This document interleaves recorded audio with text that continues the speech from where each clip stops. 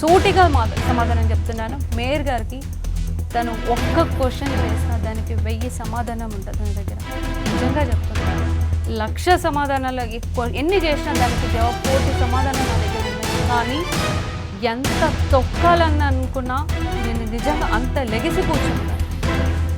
ఎక్కడికైతే అక్కడికి బ్రదర్, ఏదైతే అది నా సహనాన్ని పరీక్షించొద్దు.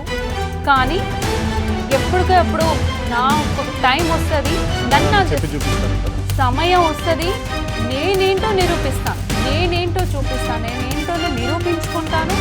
కానీ నేను వదిలిపెట్టాను, వదిలిపెట్టే ముచ్చటే లేదు. Welcome to 99 TV. అందరికీ నమస్తే.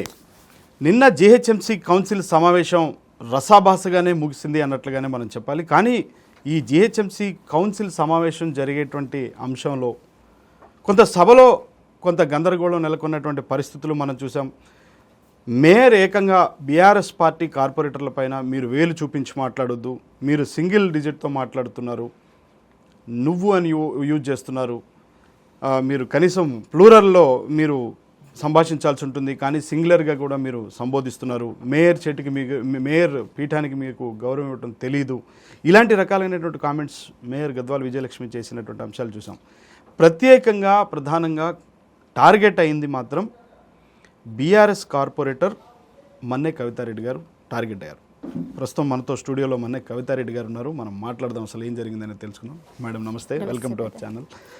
మేడం, ప్రధానంగా నిన్న జరిగింది ఏం జరిగింది? మీరు ప్రతి అంశాన్ని కూడా మాట్లాడేటువంటి ప్రయత్నం చేస్తున్నారు, చెప్పేటువంటి ప్రయత్నం చేస్తున్నారు. ఎందుకంటే అవకాశం చాలా తక్కువగా, ఎన్నిసార్లు సమావేశం జరిగినా అవకాశం చాలా తక్కువగా దొరికేటువంటి తక్కువ సమయం దొరుకుతుంది. ఇలాంటి మూమెంట్లో మిమ్మల్ని పాయింట్అవుట్ చేస్తూ వేలు చూపించి మాట్లాడొద్దు, వేలు దించు, వేలు చూపించి మాట్లాడొద్దు, ఏం జరిగింది మేడం? ఏం చెప్తారు? బ్రదర్, యాక్చువల్లీ నిన్న కౌన్సిల్ సభ జరుగుతోంది. సో కార్పొరేటర్స్ అందరం కూడా సమావేశం అయ్యాము. అక్కడ మరి అదర్ పార్టీ మెంబర్స్ కూడా, ఎగ్జాంపుల్గా బీజేపీ మెంబర్స్ అందరూ ఉన్నారు. రఘునందన్ గారు ఉన్నారు, ఎంపీ రఘునందన్. ఆయన మాట్లాడుతూ ఉన్నారు. మరి ఆయన మాట్లాడేటప్పుడు ఏ ఒక్క కార్పొరేటర్ కూడా అక్కడి నుంచి లెగిసి ఏది కూడా ఏమీ చెప్పలేదు. సో వాళ్ళ వర్షన్ కంప్లీట్ అయినాక మనకి ఇక్కడ నుంచి బీఆర్ఎస్ నుంచి ఎక్స్ మినిస్టర్ అయిన తలసాని శ్రీనివాస్ యాదవ్ అన్న వారు మాట్లాడుతూ ఉన్నారు. మరి మాట్లాడడం కూడా మొదలు పెట్టలేదు. మాట్లాడకుండా మొదలుపెట్టి ఆయన మాట్లాడదామని లెగిసి ఒక మాట మాట్లాడుతూనే అప్పటికి కొంత 1 or 2 members 3 members Congress corporators లేచి వెనకాల నుంచి అరుస్తూనే ఉన్నారు. నేను ఒకటే చెప్పాను మేయర్ గారికి, మేయర్ గారు మరి ఒక మినిస్టర్, ఎక్స్ మినిస్టర్, ఒక ఎమ్మెల్యే ఆయన మాట్లాడుతున్నప్పుడు ఆ విధంగా వాళ్ళని లెగసి ఈ విధంగా చేయడం కరెక్ట్ అది, వాళ్ళని కూర్చోమని చెప్పండి అని మాత్రమే చెప్పాను. అది చెప్పినందుకు who are you to tell, how dare you tell, ఈ విధంగా నువ్వు పాయింట్అవుట్ చేసి చూపిస్తున్నావు, నువ్వు ఫింగర్ దించండి. As being an human being, ఏ వస్తువు కావాలన్నా మనం షో చేయించేది షో ఫింగర్, రైట్? మనం ఆ ఫింగర్ పెట్టేసి వాళ్ళని కూర్చోమని చెప్పాను. అందులో తప్పేముంది? మీరు విజువల్స్ చూడండి, మీరు కౌన్సిల్లో జరిగిన విజువల్స్ చూడండి. విజువల్స్ చూసిన తర్వాత మనం ఏదైనా అప్పుడు మాట్లాడడం బాగుంటుంది. మరి మేయర్ పీఠం కూర్చున్నప్పుడు, మేయర్ స్థానంలో కూర్చున్నప్పుడు ఆ స్థానం ఎంత గొప్పది. ఒక హైదరాబాద్ సిటీ లెవెల్లో ప్రథమ పౌరురాలు, ఓకే, ఫస్ట్ సిటిజన్, తను ఆ స్థానంలో కూర్చున్నప్పుడు ఎంత ఓపిక్గా ఉండాలా, ఎంత పేషెన్స్గా ఉండాలా. మరి నోటికి వచ్చినట్టు మాట్లాడుతూ ఉంది, నోటికి వచ్చినట్టు మాటలు అంటే అది ఎవరు ఊరుకుంటారు? ఎందుకు ఊరుకుంటాము? కానీ గతంలో అసలు బీఆర్ఎస్ పార్టీకి సంబంధించినటువంటి వ్యక్తే కదా మేడం, ఆ మమకారం ఏమి మీ మీద చూపించట్లేదంటారా? మమకారమా ఉన్నప్పుడు మేము అసలు ఎలా అంటే మేయర్గా ఎన్నుకున్నదే మేము, బీఆర్ఎస్ పార్టీ నుంచి మేము ఎన్నుకున్నాం. ఈరోజు ఆ మేయర్ పీఠంలో కూర్చున్నదంటే అందులో మన్నే కవితారెడ్డి సంతకం కూడా ఉంది. మన్నే కవితారెడ్డి సంతకం లేకుండా ఆ సీట్లు ఏం కూర్చోలేదు. కూర్చున్నప్పటికీ కూడా అవన్నీ లెక్క చేయకుండా, అంటే ఇక్కడ ఉన్న కార్పొరేటర్స్లో కూడా తను కూడా వన్ ఆఫ్ ది కార్పొరేటరే. మేము ఎలక్ట్ చేసుకున్నప్పుడు తను మేయర్ అయింది. అంతేకాని మర్యాదపూర్వకంగా కాకుండా ఇర్రెస్పెక్టివ్ వర్డ్స్తో మాట్లాడడము, ఏ మీరెవరు కూర్చోండి, ఎందుకు అలా మాట్లాడుతున్నా, ఏ నువ్వెవరు అంటే, కానీ మీరు గౌరవించట్లేదు, చైర్కి విలువ ఇవ్వట్లేదు అని చెప్పి ఆవిడ అంటున్నారు. బ్రదర్, మీరు ఒకటి చూడండి, మీరు కౌన్సిల్ హాల్లో వాయిస్ ఎవరిది ఎక్కువగా ఉందో మీరు చూడండి. మాకు అసలు వాయిసే ఇవ్వలేదు, మాట్లాడడానికి అవకాశం అనేది ఇవ్వలేదు. అక్కడ మీది నుంచి నువ్వేంటి మర్యాద ఇవ్వమంటే ఫస్ట్ నువ్వు మర్యాద నేర్చుకో, నువ్వు మాట్లాడడం నువ్వు ముందు నేర్చుకో. నువ్వు ఒక మేయర్గా ఉండి నువ్వు మాట్లాడడం నేర్చుకుంటే మిగతా వాళ్ళు కూడా అదే మర్యాద ఇస్తారు. నువ్వు ఇష్టం లేనట్టుగా మాట్లాడడము, ఇర్రెస్పెక్టివ్ వర్డ్స్తో మాట్లాడడం అనేది పద్ధతి కాదు. మేము ఎన్నుకున్నాం మా పార్టీలో ఉన్నప్పుడు మేము ఎన్నుకొని నిన్న పీఠంలో కూర్చోబెట్టినాక ఈరోజు నువ్వేం చేసినావు, పార్టీ మారినావు. నీ అవకాశవాదిగా నీ అవకాశాల్లో చూసుకొని నువ్వు పార్టీ మారినావు. తిన్నింటిగా అసలు లెక్క పెడతారన్నట్టుగా అవకాశం వచ్చింది తనకేదో మరి అసలు అది తన వ్యక్తిగతానికి వదిలేస్తాను నేను, కానీ అది కరెక్ట్ కాదు. వయసు పెద్దది, నాకన్నా పెద్ద ఆవిడ, ఒక ఉమెన్గా ఒక మహిళగా తను ఆ విధంగా ప్రవర్తించడం, ఫింగర్ అలా చూపించడం అన్నది పద్ధతి. చెప్పండి. సభ మొత్తంలో చూస్తే కవితారెడ్డి పేరే ఎక్కువ వినపడింది మేడం, ఎందుకంటే మీరే టార్గెట్ అయినటువంటి పరిస్థితి. నన్ను టార్గెట్ పెట్టిన ఇంకో కొన్ని వ్యాఖ్యలు కూడా ఆవిడ విమర్శలు కూడా మేయర్ చేశారు. ఎందుకంటే చదువుకున్నారు, కనీసం సంస్కారంగా బిహేవ్ చేయటం లేదు, అసలు తెలియటం లేదు, ఏమీ తెలియటం లేదు, నాలెడ్జ్తో మాట్లాడాలి, మీరేంటో నాకు తెలుసు అనేటువంటి స్థాయిలో కూడా మాట్లాడారు ఆవిడ. మేము చదువుకొని వాళ్ళమా, వచ్చి చూసిందా ఒక మాట, ఆమెకు తెలుసా మేము చదువుకున్నామా చదువుకోలేదో? మేము వెల్ ఎడ్యుకేటెడ్, మా దగ్గర ఉన్న కార్పొరేటర్స్ అందరూ కూడా కంప్లీట్ చేసుకొని గ్రాడ్యుయేషన్ కానీ ఇంటర్ కానీ చదువుకొని ఒక ఫ్యామిలీ బ్యాక్గ్రౌండ్ నుంచి వచ్చిన వాళ్ళ అందరు కార్పొరేటర్స్ కూడా ఒక ఫ్యామిలీ బ్యాక్గ్రౌండ్ నుంచి ఎలక్టెడ్ అయిన వాళ్ళమే. సెకండ్ టైం కార్పొరేటర్స్, ఇక్కడ ఫస్ట్ టైం కార్పొరేటర్స్ కూడా ఉన్నారు. ఒక కౌన్సిల్లో ఒక కార్పొరేటర్ ఉన్నారంటే కొన్ని వేల ఓట్లతో గెలిస్తేనే మేము అందులో ఆ స్థానంలో కూర్చున్నాను. తను మేయర్ స్థానం అని అహంకారం చూపిస్తుంది చూడండి. ఆ అహంకారానికి ఎప్పుడో ఒక రోజు బుద్ధి చెప్పే రోజులు తొందరలోనే ఉన్నాయి, త్వరలోనే అదేంటో నేనే చూపిస్తాను. అహంకారం మాకు లేదు, అహంకారం నాకు లేదు, అహంకారం బీఆర్ఎస్ పార్టీ వాళ్ళకే ఉంది. కావాలనే పని కట్టుకొని మాట్లాడితే ఒర్లుతున్నారు అనేటువంటి ఒర్రుతున్నారు. అసలు మేము ఒర్రింది ఎక్కడ నోరు వేసుకున్నాం? మేయర్ గారు నోరు చూడండి, అసలు మాట్లాడే పద్ధతేనా? తను ఒక మేయర్ స్థానంలో కూర్చొని అంత వల్గర్గా అంత మాస్ లాంగ్వేజ్ తను యూజ్ చేస్తుంది. ఏంటంటే ఒక నిజంగా ఒక లేబర్ ఒక మ్యాన్ పవర్గా చూసినంత హీనంగా అంత నీచంగా చేసింది మేయర్ గారు. కానీ ఒకటి మేయర్ గారు కూడా గుర్తుపెట్టుకోవాల్సింది ఏంటంటే ఈరోజు తన మేయర్ స్థానం ఉంది, రేపన్న రోజు ఎప్పటికదే శాశ్వతం కాదు, ఇంకెవరైనా స్థానంలోకి వస్తారు. స్థాయి ఉంది, స్థానం ఉంది అనేది అహంకారం చూపిస్తే అనగదొక్కే రోజులు త్వరలోనే ఉన్నాయి. ఒక్క మాట, ఎంత తొక్కాలనుకున్నా, ఎంత తొక్కాలంటే అంతగా లెగిసి కూర్చుంటుంది కవితారెడ్డి. ముందున్న రోజులు, రానున్న రోజులు మా రోజులు, ఖచ్చితంగా చెప్తున్నాను. ఇంకొకటి, బీసీని అవమానించారు అన్నట్టుగా మాట్లాడుతూ ఉన్నారు. ఎందుకంటే మీ మీద అదొక అపవాదు. దానివల్ల మీ సహచరులే మొన్నటి వరకు బీఆర్ఎస్ పార్టీలో ఉండి కాంగ్రెస్ పార్టీకి పలాయనం చిత్తగించినటువంటి మీ సహచరులు, మీ కార్పొరేటర్లే మీ పైన నినాదాలు చేశారు, డౌన్ డౌన్ అంటూ కూడా నినాదాలు చేశారు. ఎందుకంటే బీసీ మహిళను అవమానించారు అనేటువంటిది చాలా బలంగా కూడా వాళ్ళు అక్కడ మాట్లాడారు. బీసీ మహిళని అవమానించారు అని మీరు అంటున్నారు, ఒకటి అక్కడ వాళ్ళు అంటున్నారని మీరు చెప్తా ఉన్నారు. బట్ ఇక్కడ మరి బీసీ మహిళకి నేను సంతకం పెట్టలేదా? బీసీ మహిళకి నేను ఎలక్ట్ చేసుకోలేదా మేయర్గా? మేయర్ మద్దతు ఇచ్చాం. మద్దతు మా దగ్గర ఉన్న వాళ్ళందరం కూడా, అందరు అన్ని కేటగిరీస్ వైజ్గా అందరం కూడా బీసీ మహిళకి మేము మేయర్గా ఎన్నుకున్నాం.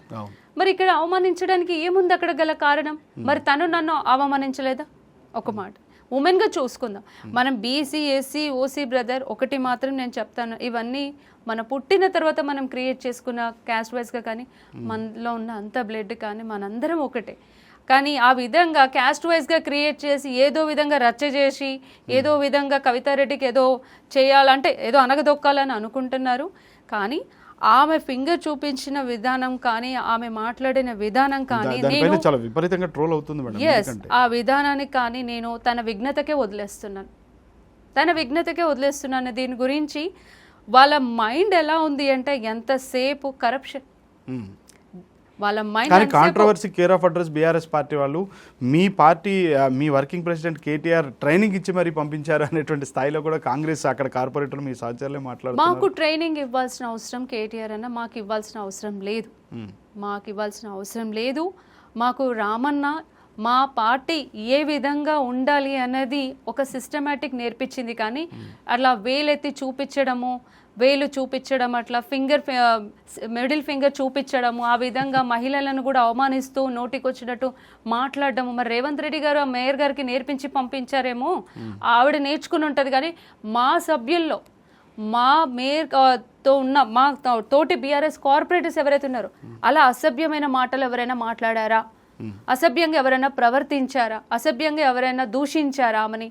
మా పార్టీ అలాంటివి ఏం నేర్పించలేదు. మాకు ఒకటి సంస్కారము, మా సిస్టమాటిక్ అనేది మా బీఆర్ఎస్ పార్టీ వాళ్ళు మాకు ఎలా ఉండాలని నేర్పించే, కానీ అంత చిల్లరగా చీప్గా నోటికి వచ్చినట్టుగా మాట్లాడడం అనేది నేర్పించలేదు. తను నోరు హద్దుల్లో అదుపులో పెట్టుకుంటే మర్యాదగా ఉంటుంది మేయర్కి, లేదంటే త్వరలోనే గట్టిగా జవాబు చెప్పే రోజులు ముందుగానే ఉన్నాయి. ఖచ్చితంగా నేను చెప్తున్నాను, తను ఒక్క మాట అంటే నేను దానికి 1000 మాటలు అనడానికి కూడా సిద్ధం ఉన్నా. మాటకి మాట తను ఎంత క్వశ్చన్ చేసినా దానికి సమాధానం కూడా నా దగ్గర రెడీగా ఉంది, నేను చెప్పడానికి కూడా సిద్ధం ఉన్నా. కానీ ఒక కౌన్సిల్లో ఒక కార్పొరేటర్గా మాకున్న సమస్యలు ఏమైనా మాట్లాడడానికి కూడా వాయిస్ ఇవ్వకుండా వేరే వాళ్ళకి ఇస్తూ తను దూషిస్తూ మాట్లాడము, అంత చీప్గా మాట్లాడము అనేది నేను అందరికీ అవకాశం ఇస్తున్నా అనేటువంటిది మేయర్ చెప్తారు. ఎవరికి అవకాశం ఇచ్చారు బ్రదర్? మీరు కౌన్సిల్ హాల్లో నిన్న జరిగిన విజువల్స్ తీసుకోండి. నేను లేచి నించుని నా డివిజన్లో ఉన్న సమస్య చెప్పడానికి నేను లేచి నించుంటే మొహం పక్కన తిప్పుకుంటుంది.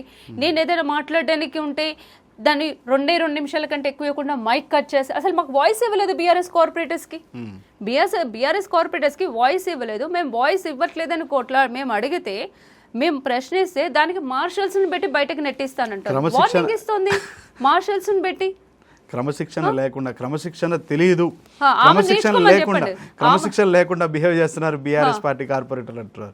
బ్రదర్, ఒకటి ఆమె నేర్చుకోమని చెప్పండి. ముందు క్రమశిక్షణలో ఆమెను ఉండమని చెప్పండి. లేకపోతే రేవంత్ రెడ్డి గారికి చెప్పాల్సింది ఏంటంటే, రేవంత్ రెడ్డి గారికి మీరు ఈ క్లిప్ పంపిస్తారా బ్రదర్? పంపించండి. ముందు మేయర్ని ఒక క్రమశిక్షణ పద్ధతిలో అదుపులో హద్దుల్లో పెట్టుకుంటే మర్యాదగా ఉంటుంది. ఆమె చేసే పనులు, ఈరోజు మేయర్ గారు చేసే పని, ఫింగర్ చూపించే పనులు ఈరోజు రేవంత్ రెడ్డి గారికి మచ్చబడుతుంది. రేవంత్ రెడ్డి గారికి అవమానం. వాళ్ళ పార్టీలో మేయర్ గారికి ఈ విధంగా చేసి నేర్పించి పంపించారనేది ఈరోజు ఆయన్నే ట్రోల్ అవుతాడు, మేము కాదు. కానీ ఒక మహిళగా మాట్లాడాల్సిన, చేయాల్సిన, చూపించాల్సిన వేళ అలాంటిది. అది ఏ విధంగా చెప్పాలో కూడా అర్థం కావట్లేదు. కానీ అలాంటి విషయాలు నేను మాట్లాడదలుచుకోలేదు. బట్ మేము ఎలక్టెడ్ పర్సన్స్, మేము ఒక ఫ్యామిలీ నుంచి వచ్చాము. మేమంత లో లెవెల్ పీపుల్ ఎవరం ఇక్కడ కాదు. కార్పొరేటర్స్కి ఇవ్వాల్సిన వాల్యూ ఇస్తే బాగుంటుంది, కానీ అంత చీప్గా తీసి పారేసేంత మేము ఆమె కింద ఏం సఫాయి వాళ్ళం ఏం కాదనేదే నేను చెప్తా ఉన్నాను. అది చాలా తప్పుగా మాట్లాడుతాను. మీ సహచర కార్పొరేటర్, మీ బీఆర్ఎస్ కార్పొరేటర్ సీతాఫల్ మండి హేమ కూడా ఒక మాట మాట్లాడారు. ఎందుకంటే మేయర్కి మీరు గౌరవాన్ని ఆశిస్తున్నారు, మేము దాన్ని యాక్సెప్ట్ చేస్తున్నాము, బట్ మీరు కూడా కార్పొరేటర్స్కి గౌరవం ఇవ్వండి అని అన్నారు. దాని గురించి ఎలా ప్రస్తావిస్తారు మేడం? ఆఫ్టర్ ఆల్ కార్పొరేటర్స్ అని మేయర్ అనటాన్ని అసలు ఎలా చూస్తారు? ఎందుకంటే మీ కార్పొరేటరే అన్నారు, కించపరిచారు, అవమానపరిచారు కార్పొరేటర్. మేయర్ అయితే ఆఫ్టర్ ఆల్ కార్పొరేటర్స్ అనే విషయం అనింది. మీకేం తెలీదు, కూర్చోండి, సబ్జెక్ట్ నాలెడ్జ్ లేదని చెప్పింది, మీకు సబ్జెక్టే తెలియదని చెప్పింది. ఆవిడ కూడా కార్పొరేటర్, సబ్జెక్ట్ లేదని చెప్పి మాట్లాడింది. ఒకటి బ్రదర్, నువ్వు మర్యాద ఇస్తే నేను మర్యాద ఇస్తాను. ఎగ్జాక్ట్లీ. నువ్వు అంత చులకనగా చీప్గా తీసి పారేస్తానంటే we are not your servants, we are not like మీ ఇంటి సర్వీస్ చేసే మెంబర్స్ని అయితే కాము. మేము మర్యాద ఇస్తే మేము మర్యాద ఇస్తాం. నువ్వు రేజ్ అయిపోయి మేము ఏదో చెప్పడానికి పోతే మార్షల్స్ని పెట్టేసి బయటకు గంటేస్తావు. తర్వాత మహిళలకంటూ తను ఏదైతే మరి మీకు నాలెడ్జ్ లేదని చెప్పడం అనేది చాలా తప్పు బ్రదర్. అంత లో లెవెల్గా మనుషుల్ని అంత కించపరుస్తూ మాట్లాడతానంటే ఎందుకు ఊరుకుంటాం బ్రదర్? ఎందుకు ఊరుకుంటాం చెప్పండి? ఈ విధంగా మాట్లాడడం అనేది ప్రతి ఒక్కరికి బాధపడ్డారు బ్రదర్. కానీ 2 కోట్లు ఎప్పటి నుంచో మీరు నిధుల కోసం ఎదురు చూస్తున్నారు, నిధులేమో మీకు సకాలంలో రాలేదని మీరు గగ్గోలు పెట్టినటువంటి పరిస్థితులు ఉన్నాయి. కానీ ఇప్పుడు హుటాహుట్టినైతే 2 కోట్లు, ఆ 1 కోటి ఏమో నేరుగా మీకు కార్పొరేటర్స్ కి, 1 కోటి కన్సర్న్ మినిస్టర్, ఇన్ఛార్జ్ మినిస్టర్ ద్వారా ఎవరికైతే సూచిస్తే వాళ్ళు ప్రసన్నం అయితే దానికి వస్తాయి. ఎస్ బ్రదర్, ఇక్కడ ఇచ్చేదేదో 2 కోట్లు మాకు ఇచ్చున్నా బాగుంటుంది. ఇప్పుడు ఇన్ఛార్జ్ మినిస్టర్ దగ్గరికి అంటే పార్టీ వైజ్గా మేము పోవచ్చు, కొంతమందికి వెళ్ళకపోవచ్చు. అది వాళ్ళ based on their well wish, అంటే వాళ్ళ వ్యక్తిగతానికి ఉంటుంది వెళ్ళాలి వెళ్ళొద్దు అనేది. కొంతమంది వెళ్ళడానికి కూడా ఇష్టపడరు బ్రదర్. మరి ఆ ₹1 పరిస్థితి ఏంటి? ఇంకోటి ఇచ్చారు, ఇప్పుడు ఇచ్చారు, ఇదేదో ఇంకొక 3 నెలల క్రితం కౌన్సిల్ పెట్టినప్పుడు ఇచ్చినా బాగుండు. ఇప్పుడు ఇచ్చారు 2 నెలలు చివరి కౌన్సిల్ సమావేశం అని చెప్పేశారు. చివరిగా ఫిబ్రవరిలో మనకి జిహెచ్ఎంసీ బాడీ డిజాల్వ్ అవుతుంది. సో ఇందులో మేము ఎప్పుడు బడ్జెట్కి లెటర్ ప్రపోజల్ పెట్టాలి, ఎప్పుడు అప్రూవల్ అవుతుంది, ఎప్పుడు టెండర్ ప్రాసెస్ అవుతుంది, టైం టేకింగ్ ప్రాసెస్. సో పుణ్యకాలం కాస్త అయిపోతుంది, అది టెండర్ అవ్వాలి, అది ప్రాసెస్లో పడినప్పటికీ ఇంకా అది అఫీషియల్స్ కిందకి వెళ్ళిపోతుంది తప్ప టైం పడుతుంది. ఇచ్చేది ఏదో 2 కోట్లు మాకు ఇచ్చినా బాగుండని మేము అడుగుతా ఉన్నాం. అది ఇన్ఛార్జ్ మినిస్టర్ దగ్గర పెట్టారు, సరిగా వాళ్ళ ప్రభుత్వం వాళ్ళ నడుస్తోంది, కానీ అన్నట్టుగా మేము కూడా ఏం చెప్పలేదు. కాకపోతే ఇది టేబుల్ ఎజెండా కిందకి తీసుకొచ్చే సర్ప్రైజ్ అన్నట్టుగా చెప్పారు. ఆ టైం సర్ప్రైజ్ కాదు, వాళ్ళకి కన్వీనియంట్గా చూసుకున్నారనేదే నా ఉద్దేశం. కానీ ఈ క్రమశిక్షణ అనేటువంటి అంశం కానివ్వండి, ఇంకా ఏదైనా కానివ్వండి, ఇవన్నీ ఒక రకంగా ఉంటే అసలు మాట్లాడటానికి మాకు స్పేసే దొరకట్లేదు. అసలు మాట్లాడటానికి మేము మీకు అందరికీ కొత్త వాళ్ళకి అవకాశం ఇద్దామని మేయర్ చెప్తున్నారు. మరి మీలో కూడా కొత్త వాళ్ళు చాలామంది ఉన్నారు. కానీ వారి దగ్గరికి వచ్చేసరికి ఎందుకు వాళ్ళకి అవకాశం దక్కలేదు. ఇప్పుడు ఎట్లా మేడం మరి మీ సమస్య పరిష్కారం అవ్వాలంటే ఎవరు ఏం చెప్పుకోవాలి? నిజంగా బయట ఏ విధమైన చర్చ జరుగుతుందంటే, కౌన్సిల్లో ఒక చర్చ జరిగింది అని అంటే మన సమస్యల గురించి, మన ప్రాంత సమస్యల గురించి అక్కడికి వస్తే ప్రస్తావన కోసం దొరుకుతుందని ఆశించారు. కానీ ఆశాభంగమే తప్ప ఆశించిన స్థాయిలో జరగలేదు. అంటే ఈ 2 కోట్లు ఇస్తే వచ్చేసినట్టే అనుకోవాలా?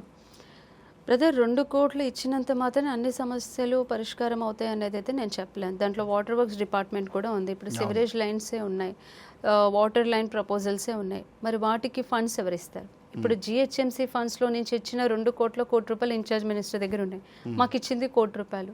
ఇప్పుడు ఇందులోనే రేపు వాటర్ వర్క్స్ అడిగితే కూడా మేము హెచ్ఎన్డబ్ల్యూఎస్ డిపార్ట్మెంట్కి వెళ్ళి ఏమైనా ఫండ్స్ అప్రూవల్ అడిగితే మీకు ఇచ్చారు కదా 1 కోటి రూపాయలు అంటారు. మరి ఇప్పుడు జిహెచ్ఎంసీలో నుంచి ఫండ్ ఇవ్వాలంటే చెక్ ద్వారా పంపించడము చేయడం, ఆ ప్రాసెస్ అంతా లేదు. ఇవి ఇచ్చినవి ఇలాగే పెట్టి వాటర్ వర్క్స్ డిపార్ట్మెంట్ కూడా ఇచ్చుంటే బాగుంటుంది. సివరేజ్ అండ్ వాటర్ లైన్స్ కి గురించి, పైప్స్ గురించి కూడా ఇచ్చుంటే బాగుండు. మరి దీంట్లోనే క్లబ్ చేశారు. మరి అవి ఎంతవరకు జరుగుతాయి, ఎంతవరకు అప్రూవల్ అవుతుందనే టైం టేకింగ్ ప్రాసెస్.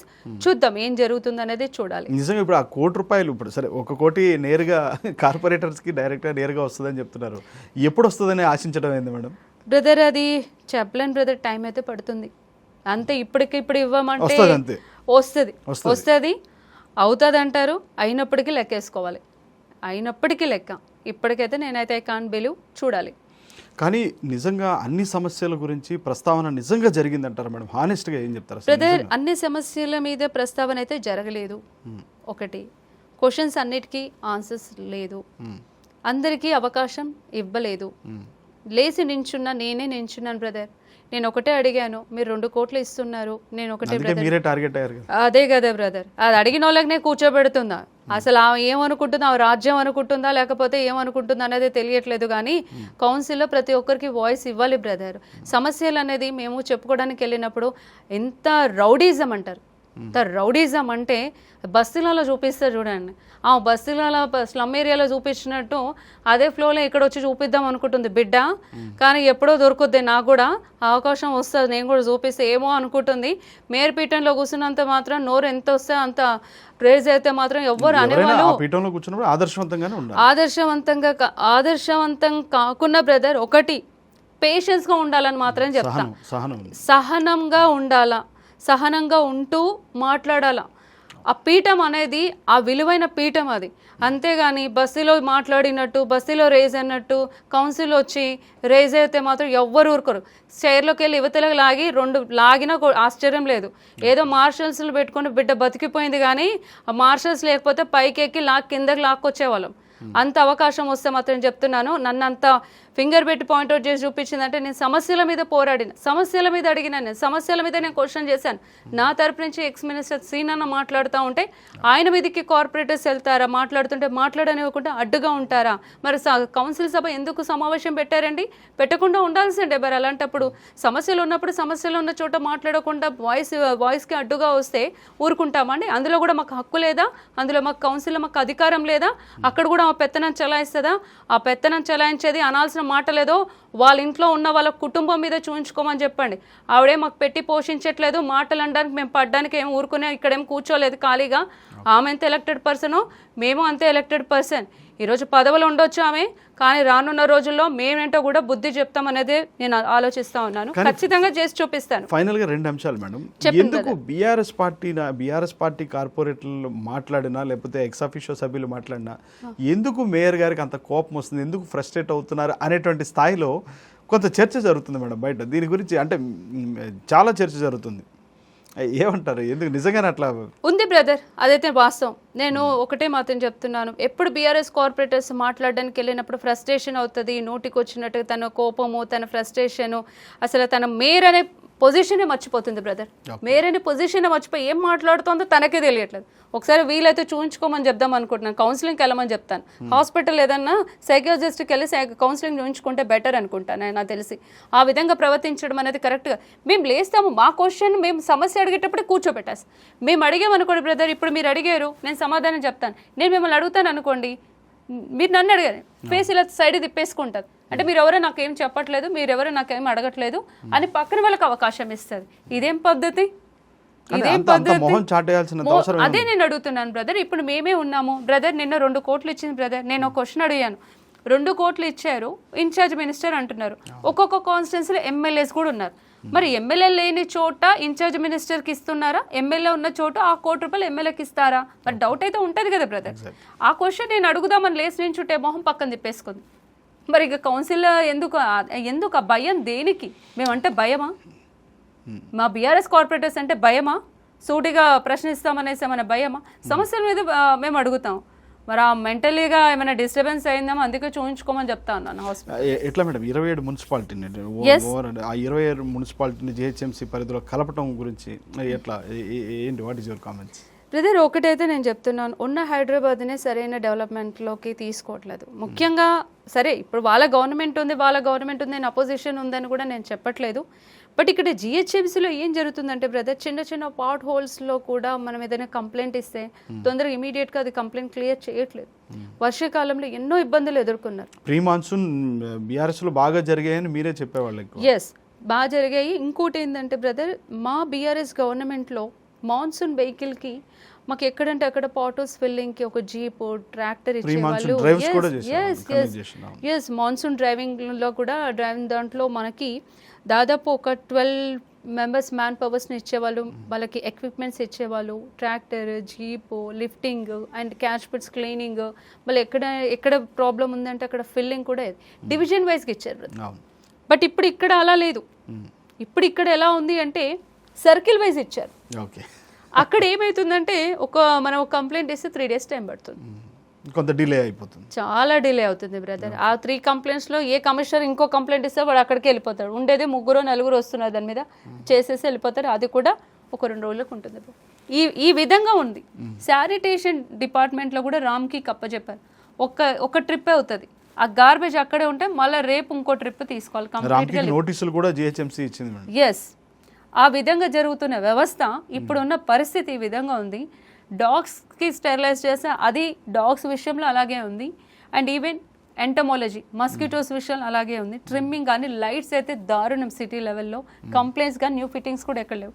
ఈ విధంగా ఉన్న దాంట్లో మళ్ళీ ఈ 27 మున్సిపాలిటీస్ దీంట్లో కలపడం అవసరమా? ఒక్కటి. అండ్ మోర్ ఓవర్ ఇప్పుడు ఇండస్ట్రియల్ ఏరియాస్ కొన్ని కుక్కడిపల్లి తీసుకొని సికింద్రాబాద్, ఎల్బీ నగర్ అటువైపులో కూడా కొన్ని ఏరియాలో ఇండస్ట్రియల్ ఏరియాస్లో ల్యాండ్ అలాగే ఉంది. నియర్ 5,000 నుంచి 8,000 acres ల్యాండ్ అలాగే ఉంది. ఈ ల్యాండ్ ఇప్పుడు మేమే కార్పొరేటర్స్ ఉన్నాం బ్రదర్. మేము నిన్న కూడా క్వశ్చన్ చేసాం ఆ విషయంలో. మేము ముస్లిం మైనారిటీ మెంబర్స్ ఎవరైతే ఉన్నారో వాళ్ళందరూ కూడా కబ్రస్థాన్ ఎక్కడ ప్లేస్ లేదని దాటి కోసం అడిగాము. తర్వాత మన పార్క్స్ అడిగాము, ఓపెన్ జిమ్స్ పెట్టుకోవడానికి కూడా అడిగాము, గవర్నమెంట్ స్కూల్స్ కోసం అడిగాము,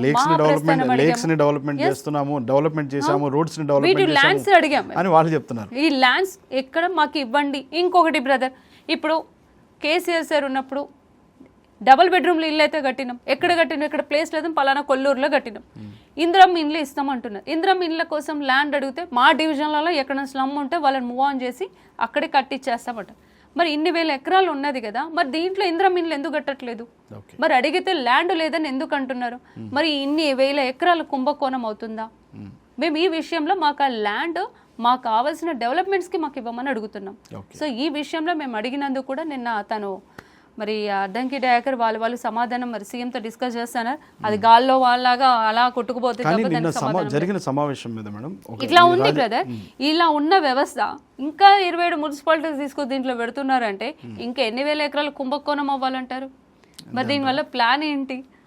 ప్రతి ఒక్కరు ఎక్కడో ఎల్బీనగర్లో పని కాకపోతే ప్రజాపాలనకు వచ్చి ఇక్కడ సోమాజిగూడ దగ్గరికి వచ్చి లెటర్ సబ్మిట్ చేసి వెళ్తున్నారు. మరి ఇన్ని మున్సిపాలిటీస్ అయినాక పబ్లిక్ అంతా అస్తగా అయిపోతుందనే నా ఆలోచన. ఇప్పుడున్న పరిస్థితి ఎలా ఉందో ఆ విధంగా ఉంటే అట్లీస్ట్ వాళ్ళ చోట వాళ్ళు ఉంటారు, మేమైనా మా వరకు ఇంకా కొద్ది డెవలప్ చేసుకునే ఛాన్స్ అయినా ఉంటుందని మా కానీ ఫైనల్గా మేడం అంటే రాజకీయ విశ్లేషకులు కానీ సామాన్య ప్రజలు కానీ ప్రత్యేకించి హైదరాబాద్లో నిన్న జరిగిన సమావేశం గురించి కాసేపు ఫోటో సెషన్కి పోయింది, ఆ టీ బ్రేక్లో ఫోటో సెషన్కి పోయింది, తర్వాత కాసేపు ఏమో ఎంఐఎం బీజేపీల మధ్య గొడవతో పోయింది, తర్వాత మధ్యలో కొంత స్వల్ప వాగ్వాదం అక్కడక్కడ రసాభాస అవడంతో ఒక 10 నిమిషాలు అట్లా పోయింది, తర్వాత భోజన విరామంతో ఇట్లానే పోయింది, చివరికి ఇట్లా ఈ 2 డిక్లరేషన్స్ ఇచ్చారు, అలా కాలం గడిపేశారు అనేటువంటి కామెంట్స్. నిన్న సభ జరిగిన తీరు పట్ల బీఆర్ఎస్ పార్టీ ఫైనల్గా ఏం చూస్తుంది? బ్రదర్, ఒకటి నిన్న సభ జరిగింది, ఎలా కాలం ఆ టైం ఎంత ఎలా స్పెండ్ చేయాలా అన్నది ల్యాక్ చేయాలన్న విషయంలో ఆలోచించి ఆ విధంగానే ఎన్ని బ్రేక్స్ ఎప్పుడు ఇవ్వలేదు. మేయర్ గారు బాగానే బ్రేక్స్ ఇచ్చుకుంటూ టైం అంతా హ్యాపీగా ల్యాక్ చేసుకుంటూ వచ్చేసారు. అయిపోయింది. ఎట్ ద ఎండ్ 2 ఎజెండాస్ ఏదో ఉందో అక్కడికి టేబుల్ ఎజెండా మీదకి ఒకటి మున్సిపాలిటీస్ ఒకటి ఇచ్చారు, 2 కోట్ల ఎజెండా ఒకటి ఇచ్చేసారు, ఇంకా 2 ఎజెండాస్ డెవలప్మెంట్స్ మీద విషయంలో అదే నామకే వాస్తే ఆ విధంగా మాట్లాడేశారు, అంతటితో క్లోజ్ చేసేసారు. ఇంకా నో మోర్ డిస్కషన్స్ కూడా తను వచ్చేంత డిస్కషన్స్ చేసేంత కెపాసిటీ కాదు, కానీ అక్కడ ఆన్సర్ కూడా లేదు, ఇంకెక్కడ గొడవలు ఇదైపోతాయి, ఇంకా జవాబు ఉండదు అన్నట్టుగా తను ఈ విధంగా స్కిప్ చేసేసారు. సో మిమ్మల్ని బీసీ మహిళని మీరు మేయర్ని అవమానించారనేటువంటి అంశానికి వచ్చి మీ మీద వచ్చినటువంటి కామెంట్స్లో కావచ్చు, అంటే మీ సహచరులు చేసినటువంటి కామెంట్స్లో కావచ్చు, లేదంటే మిమ్మల్ని వేలు దించి మాట్లాడండి అని చెప్పి మేయర్ గారు అన్న మాటలు కావచ్చు, వీటికి ప్రజలకు మీరేం చెప్తారు? బ్రదర్, నేను ఒకటే మాట చెప్తున్నాను, మేయర్ గారికి సూటిగా సమాధానం చెప్తున్నాను. మేయర్ గారికి తను ఒక్క క్వశ్చన్ చేసినా దానికి 1000 సమాధానం ఉంటుంది తన దగ్గర. నిజంగా చెప్తున్నాం, 1,00,000 సమాధానాలు ఎన్ని చేసినా దానికి జవాబు 1,00,000 సమాధానాలు నా దగ్గర ఉన్నాయి. కానీ ఎంత తొక్కాలని అనుకున్నా నేను నిజంగా అంత లెగిసి కూర్చుంటాను. ఎక్కడికైతే అక్కడికి బ్రదర్, ఏదైతే అది నా సహనాన్ని పరీక్షించొద్దు, కానీ ఎప్పటికప్పుడు నా ఒక టైం వస్తుంది, సమయం వస్తుంది, నేనేంటో చూపిస్తాను, నేనేంటో నిరూపించుకుంటాను, కానీ నేను వదిలిపెట్టాను బ్రదర్, వదిలిపెట్టే ముచ్చటే లేదు.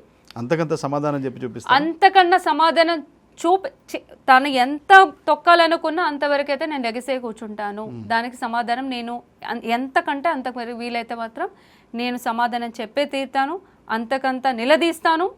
ఇంకోటి, నేనైతే మేయర్నైతే వదలను బ్రదర్, వదలను. నేను ఖచ్చితంగా చెప్తున్నాను, ఈ రోజు తనది అయ్యి ఉంటుంది, రేపున్న రోజు నా రోజు అవుతుంది, వదిలే ముచ్చటైతే లేదు బ్రదర్. ఎంత ఒక ఉమెన్గా కనీసం వాళ్ళ ఇంట్లో ఆడపిల్లలు లేరా, వాళ్ళ ఇంట్లో కుటుంబ సభ్యులు లేరా? ముందు తను మాట్లాడే ఉద్దేశంలో ముందు వాళ్ళ కుటుంబాన్ని ఆలోచించుకొని దృష్టిలో పెట్టుకొని మాట్లాడాలా. ఇది తను బీసీ మహిళగా నేను ఎప్పుడైనా తనని గౌరవిస్తాను బ్రదర్, కానీ నేను వదలను బ్రదర్. అంతకంత బుద్ధి చెప్పే రోజు త్వరలోనే ఉంది, వదిలిపెట్టానంటే వదిలిపెట్టాను brother. Right madam, thank you very much. Thank you. ఇది కార్పొరేటర్ బీఆర్ఎస్ కార్పొరేటర్ మన్నే కవితారెడ్డితో ప్రత్యేక ఇంటర్వ్యూ. చూస్తూనే ఉండండి 99 టీవీ.